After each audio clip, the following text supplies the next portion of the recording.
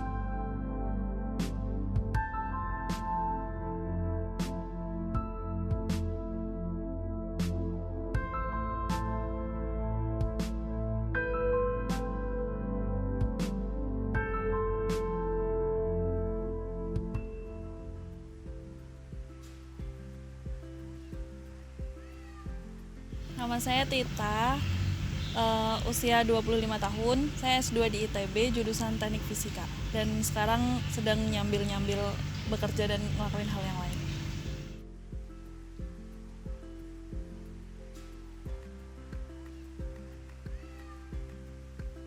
Jadi di ITB itu riset saya tentang biosensor, tentang pengembangan biosensor. Nah, kebetulan karena ada COVID ini, dan dari lab saya ditunjuk untuk ikut andil dalam riset pengembangan vaksinnya. Nah, dan riset saya di biosensor itu saya menggunakan ada suatu instrumen namanya surface plasmon resonance. Ada sensor itu untuk mendeteksi yang saya gunakan di riset saya. Nah, dan untuk penelitian COVID itu alat yang digunakan itu SPR, surface plasmon resonance itu gitu. Jadi karena saya risetnya tentang hal itu, jadi saya ditarik sama pihak lab, sama pihak kampus untuk jadi salah satu tim di riset itu.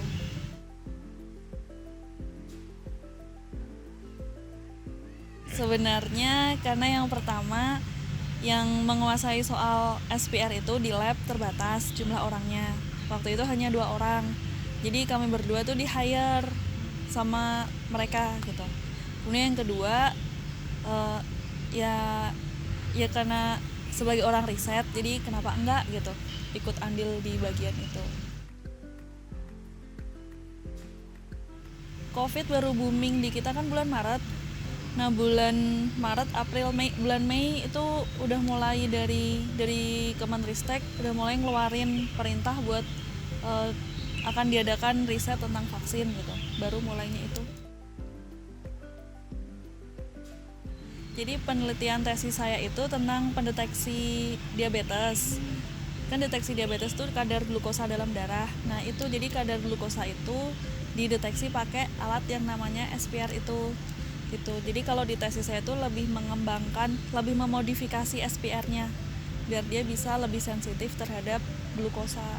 Jadi nyambungnya yang di COVID itu alatnya dipakai itu SPR. Jadi kalau instrumennya tuh saya waktu itu cukup memahami.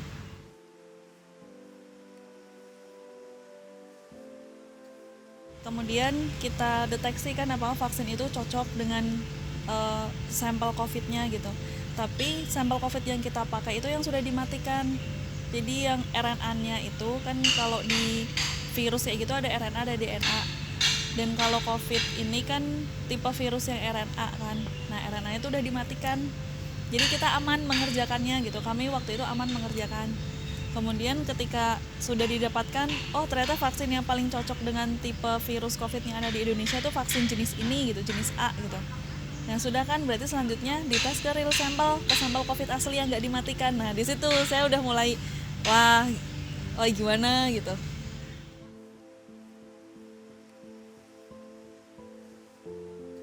Kalau awalnya waktu bulan Juni itu yang saya telepon ke orang tua kan, saya bilang ini saya di hire nih jadi tim riset. Sebenarnya orang rumah nggak setuju, keluarga sebenarnya nggak setuju, tapi saya jelaskan nggak kok, ini virusnya udah dimatikan, nggak berbahaya gitu. Akhirnya mereka setuju.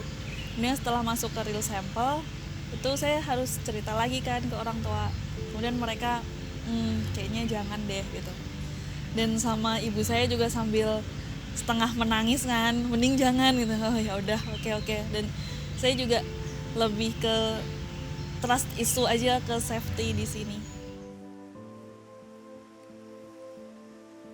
Jadi karena COVID ini kan musuh bersama, pandemi yang jadi musuh bersama. Jadi kalau menurut saya lebih baik kita bersinergi bersama-sama gimana caranya untuk mengatasi COVID gitu. Jadi kalau misalkan contohnya ada dokter yang dia berkecimpung langsung di situ kan pas awal-awal COVID lagi lagi booming, dokter, perawat seperti itu dijauhin kan, dikucilkan di masyarakat. Nah itu menurut saya yang salah. Memang kita harus jaga jarak, tapi bukan berarti kita harus mengucilkan mereka gitu.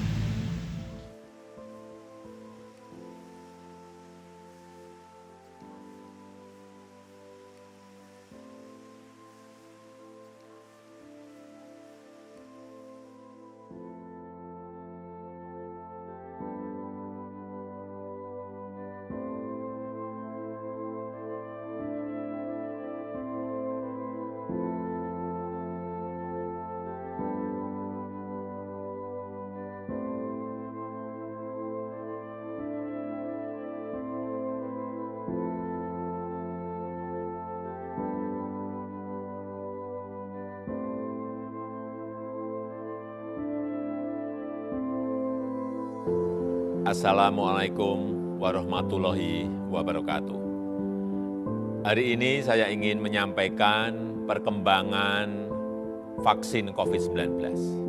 Jadi, setelah menerima banyak masukan dari masyarakat dan setelah melakukan kalkulasi ulang keuangan negara, dapat saya sampaikan bahwa vaksin COVID-19 untuk masyarakat adalah gratis.